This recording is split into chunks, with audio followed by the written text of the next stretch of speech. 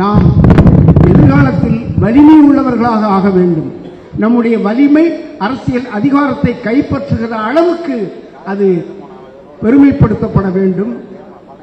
மக்கள் அதிலே ஊக்கமாக ஈடுபடும்படியாக நாம் அதனை கொண்டு செல்ல வேண்டும். வருகிற தேர்தல் என்பது அப்படிப்பட்ட அரசியல் அதிகாரத்தை கைப்பற்றுவதற்கு அது உதவியாக அமையும். நம்முடைய உழைப்பு கடுமையாக இருந்தால் மட்டுமே இப்பொழுது பாழ்படுத்தப்பட்டு சீரழிந்து கிடக்கிற இந்த தமிழகத்திலே நம்முடைய பணி இரட்டை பணி.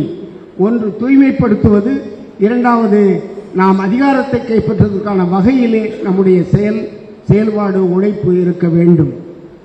இந்த தேர்தலை கணக்கில் கொண்டு நாம் செயல்பட வேண்டும். பொதுவாக எல்லா கட்சிகளும் அடுத்த தேர்தலைத்தான் கணக்கில் கொண்டு செயல்படுகின்றன. பாட்டாளி மக்கள் கட்சி ஒன்றுதான் எப்பொழுதுமே அடுத்த தலைமுறையை நோக்கி வகையிலே பேசுகிறது, எழுதுகிறது, பாடுபடுகிறது, செயல்படுகிறது, களத்திலே நிற்கிறது. அப்படி களத்தில் எல்லாரும் ஈடுபடும்படியான அந்த செயலுக்கு நம்முடைய தலைவர் அவர்கள் நமக்கு வழிகாட்டி இந்த மாபெரும் நடைபயணத்தை மேற்கொண்டு வெற்றிகரமாக நாம் முடித்திருக்கிறோம். நான் அடிக்கடி சொல்வதுண்டு, சீனத்திலே தலைவர் மாபோ அவர்கள் ஒரு நெடும் பயணத்தை மேற்கொண்டார்கள். அது கிட்டத்தட்ட ஓராண்டு நடைபெற்றது. அந்த நெடும் பயணம் 1,00,000 கிலோமீட்டர் அந்த பயணம் நடந்தது. 1,00,000 பேர் அந்த பயணத்திலே கலந்து கொண்டார்கள். ஆனால் இறுதியில் சென்று அந்த இலக்கை அடைந்தவர்கள் 40,000 பேர். அதிலே தலைவர் மாபோ அவர்களுடைய மனைவி கூட சுட்டுக் கொல்லப்பட்டிருக்கிறார். அப்படி இல்லாமல் ஜனநாயக வழிமுறையில் நம்முடைய தலைவருடைய பயணம் அமைந்தது. நீங்கள் எல்லாம் அருமையாக செயல்பட்டீர்கள். பல நம்முடைய பொறுப்பாளர்கள் அந்தந்த பகுதிகளிலே போய் மக்களை விழிப்புற செய்து இந்த பயணத்திலே கலந்து கொள்வதற்கான வகையிலே வழிகாட்டியாய் அமைந்தார்கள். எனவே கடைசியாக நடந்தது நம்முடைய தலைவர்கள் குறிப்பிட்டது போல் தர்மபுரி என்பது அது நிறைவு விழா என்பது மட்டுமில்லை, ஒரு நிறைவு மாநாடாக அமைந்தது. எல்லா பகுதியிலிருந்தும் தரப்பிலிருந்து கூட வந்தாலும் கூட அந்த தர்மபுரி மக்கள் உண்மையில் நம் நம்பிக்கைக்குரிய இலக்கு இடமாக ஒரு பாயிண்ட், அதை என்ன சொல்றதுன்னா ஒரு குறிப்பிடத்தக்க மையப்புள்ளியாக இருப்பது தர்மபுரி. எனவே தர்மபுரி மக்கள் பேரளவிலே அது ஒரு மாநாடாக நடத்தி காட்டினார்கள். எல்லாரும் அதில் கலந்து கொண்டார்கள். அடுத்த நம்முடைய இலக்கு ஒவ்வொருவரும் அவர்களுடைய பொறுப்பை உணர்ந்து கட்சியை பலப்படுத்துகிற வகையிலே உறுப்பினர்களை சேர்க்க வேண்டும். ஏற்கனவே இருக்கிற உறுப்பினர்களை கூடுதலாக சேர்க்க வேண்டும். அந்த உறுப்பினர்களை கொண்டு ஒவ்வொரு பூத் வாக்குச்சாவடியிலும் முகவாளர்களாக ஏஜெண்டுகளாக பூத் ஏஜெண்டுகளாக ஒவ்வொரு பூத்திலையும் ஆள் இருக்கணும். நான் பல தேர்தலில் தொடர்ந்து போட்டியிட்டு வருகிறேன். சில பகுதிகளில் பூத் ஏஜெண்டே இல்லாமலே போய்விடுகிறது.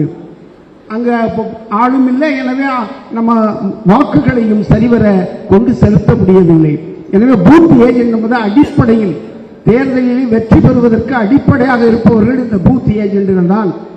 அதுபோல் நாம் ஒரு பூத்துக்கு 10 பேர் செயல் வீரர்களையும் நாம் தேர்ந்தெடுக்க வேண்டும் என்று சொல்லி வருகிறோம்.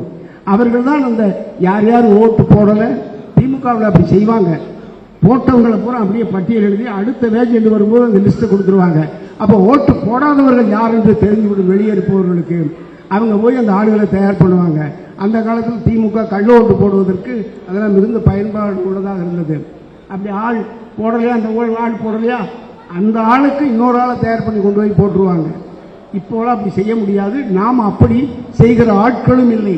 நாம் நேர்மையாக ஜனநாயகத்தை நேர்மையாக பயன்படுத்த விரும்புகிறோம்.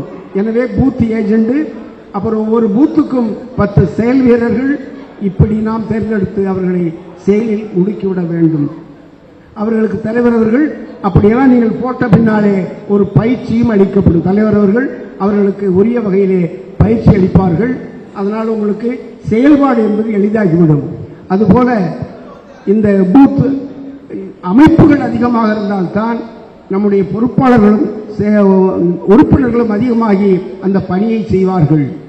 அடுத்தபடியாக நாம் நம்முடைய தலைவர் அவர்கள் வருகிற டிசம்பர் 17 ஒரு ஆர்ப்பாட்டத்தை அறிவித்திருக்கிறார்கள். இந்த 15 விழுக்காடு பெறுவதற்காக அரசை வற்புறுத்தி நாம் நடத்தப் போகிற பெரும் போராட்டம். அந்த போராட்டத்திலே இவர்கள் செய்யாவிட்டாலும் கூட மக்களுக்கு அந்த விழிப்புணர்வை ஏற்படுத்த வேண்டும். ஏற்கனவே நாம ராமச்சந்திரன் காலத்திலே 13 விழுக்காடு கொடுப்பதாக சொல்லி சென்றவர் இறந்து விட்டார். அப்புறம் எடப்பாடி வந்தார், பத்திரம் கொடுத்தார். ஆனால் உரிய நேரத்தில் அது கொடுக்கப்படாததால் அது வழக்கு மன்றத்தில் நீதிமன்றத்திலே அது ரத்தாகிவிட்டது. ஆனால் அவற்றை பெற வேண்டுமானால் இந்த அரசு செய்ய வேண்டிய வேலைகள், தலைவர்கள் சொல்வது போல சோர்சஸ், அதாவது தரவுகளை கொண்டு போய் சுப்ரீம் கோர்ட்டில் உச்ச நீதிமன்றத்திலே வைக்கணும். இவர்கள் வைக்கிறதில்லை. முதலாக தலைவர் அவர்கள் எல்லாரும் எங்கெல்லாம் கூப்பிட்டு போனாரு. அப்பவே ஸ்டாலின் அவர்கள் செய்யறோம்னாரு. அப்புறம் செய்வதாக மட்டும் இல்லை, ஏமாற்றுவதிலே வல்லவர். இன்னும் நமக்கு எதிராக சில ஆட்கள் செயல்படுகிறார்கள் என்பதை நான் அறிவேன். உங்களுக்கு அது வாய்ப்பில்லை. ஏனென்றால் இங்க இருக்க தமிழ்நாட்டில் இருக்கிற தமிழ் தேசியவாதிகள் என்று சொல்லக்கூடியவர்கள், இடஒதுக்கீடு சமூக நீதி பேசக்கூடியவர்கள், பெரியாருடைய பிள்ளைகளாக சொல்லிக் கொள்பவர்கள் பல பேர் தமிழிலும் ஆங்கிலத்திலும் ஒரு விண்ணப்பம் தயார் பண்ணி நடுவண் அரசுக்கு, தேர்தல் ஆணையத்திற்கு, தமிழக அரசுக்கு எல்லாவற்றுக்கும் அவர்கள் அனுப்பி கொண்டிருக்கிறார்கள். என்னன்னா, வன்னியர்கள் ஏற்கனவே அதிகமாக விழுக்காட்டை பெற்றுவிட்டார்கள். சும்மா இப்பொழுது பொய் சொல்லிக் கொண்டு அரசியலுக்காக அவர்கள் இப்படி செய்கிறார்கள் என்று அவன் பிரச்சாரம் பண்ணி ஸ்டாலின் அதை தான் பேசியிருக்கிறார்கள். அதனாலதான் அந்த ஸ்டாலின் வலுவா நிற்கிறார். நமக்கு கொடுக்க கூடாது என்பதிலே வலுவாக இருக்கக்கூடியவராக இந்த முதலமைச்சர் இருக்கிறார். எனவே அந்த டிசம்பர் 17 என்பது இந்த அரசை நடுக்குமுறை செய்ய வேண்டும். வருகிற தேர்தலில் அவர்கள் நிற்பது கூட அஞ்சி ஓட வேண்டும் என்கிற வகையிலே நம்முடைய இந்த போராட்டம் அமைய வேண்டும் என்று உங்களை அன்போடு கேட்டுக்கொள்கிறேன். அடுத்தபடியாக வருகிற தேர்தலிலே நாம் வெற்றி பெற வேண்டுமானால் நல்ல வேட்பாளர்களை நாம் இப்பொழுதே நீங்க மனசுல வச்சுக்காங்க. உங்க பகுதியில் யாருங்க, அது தேர்வுக்குழு வரும். அப்பொழுது தேர்வுக்குழுவிலே ஒவ்வொரு தொகுதிக்கு யார் யார் போடலாம் என்று நீங்கள் பரிந்துரை செய்தால் அதை ஐயா அவர்கள் கன்சிடர் பண்ணுவார்கள். அடுத்தபடியாக நீங்கள் தொகுதிக்கு பொறுப்பாளர் ஏற்கனவே போடவிருக்கிறார். தொகுதி பொறுப்பாளராக போட்டு இப்போ நாம் 50-60 தொகுதிகளில் நிற்கிறோம் என்றால் ஒவ்வொரு தொகுதிக்கு ஒரு பொறுப்பாளர் போய் அந்த பணியை செய்துவார். அந்த பொறுப்பாளரும் விரைவில் போடப்படும். நீங்கள் அமைப்புகளை முழுமையாக கட்டமைக்க வேண்டும். இந்த விடுபட்ட பொறுப்புகளிலே உரிய ஆட்களையும் போட வேண்டும். அதை நீங்கள் பட்டியல் எடுத்து ஐயாவுக்கு, தலைவருக்கு நீங்கள் அனுப்பி வையுங்கள். அந்த பொறுப்புகளை நிறைவு செய்யணும். அப்பதான் அந்தந்த பொறுப்புக்குரிய வேலைகள் நடைபெறும்.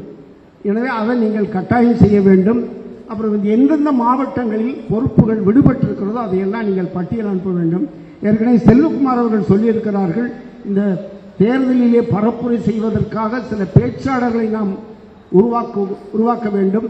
அந்த வகையில் தொகுதிக்கு ஒருவர் 2 பேராவது, ஒரு 100 பேராவது குறைந்தது நீங்கள் பேச்சாளர்கள் பட்டியலை செல்வகுமாருக்கு அனுப்பி வைக்க வேண்டும் என்று ஏற்கனவே சொல்லப்பட்டிருக்கிறது. அதையும் நீங்கள் செய்தால் அதற்கு உரிய வகையிலே ஒரு நாள் பயிற்சி கொடுத்து இந்த தேர்தல் வேலைகளை நாம் முறையாக செய்ய முடியும். எனவே அந்த வகையில் நீங்கள் இந்த கடமைகளை எல்லாம் பொறுப்போடு உணர்ந்து செயல்படுவீர்களே ஆனால் 26 நமக்கு வெற்றி, நம்முடைய மாம்பழம் வெற்றி மாம்பழமாக நம் கைக்கு கிட்டும். தலைவர் அவர்களுடைய தலைமையிலே ஒரு நல்லாட்சி அமைவதற்கு நம்முடைய உழைப்பு தேவைப்படுகிறது. அந்த உழைப்பை செலுத்த வாருங்கள் வாருங்கள். வருகிற தேர்தலிலே வெல்வோம், அதிகாரத்தை பெறுவோம்.